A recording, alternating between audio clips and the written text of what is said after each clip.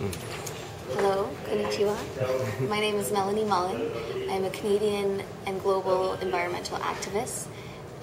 Have been since I was 13 years old, fighting for climate change, conservation, green economy, and green growth practices in Canada and globally with Global Greens and the United Nations COP conferences. My world shift is from an unbalanced, unsustainable global economy and global growth practices to a fair, sustainable, and responsible growth for all nations. And from getting from our current state to our future hopeful state, it is crucial to prioritize fairness and equality amongst all nations. Because one thing that we're seeing, especially with the United Nations climate change talks, is the developing nations trying to get to a point of development and trying to do that with the old growth practices such as coal energy and intense water consumption. And now with the developed nations are coming up with new green solutions that embody water conservation, energy efficiencies, and for that technology sharing to happen so that our developed nations can get to a point of development that is green and that is part of this responsible and sustainable growth. This also includes and prioritizes for all nations at the bottom. This is to avoid national extinction such as the Maldives and the smaller islands such as Fiji that are being embraced by the water of climate change.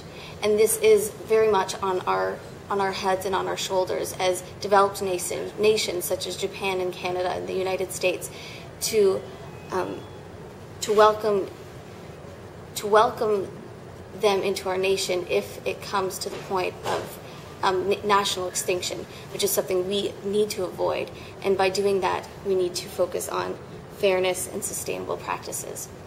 It certainly encompasses and prioritizes conservation of natural resources, including major global national resources like the Brazilian rainforest. And again, with that idea, fairness and equality needs to come into the play because Canada as well has immense natural resources that could be used for economic benefits. This is the same as the rainforest, the hardwood in Costa Rica. All the hardwood can be utilized for economic benefits, but instead they need to see rewards and reap the benefits of saving the natural resources and at the same time receiving economic benefits from that. So conservation, preservation of natural resources, including natural habitat for animals, water, energy, wind.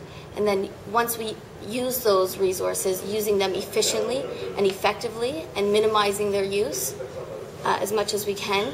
Again, if we use those natural resources in the farming setting, using them organically, not toxic application to the land or the water.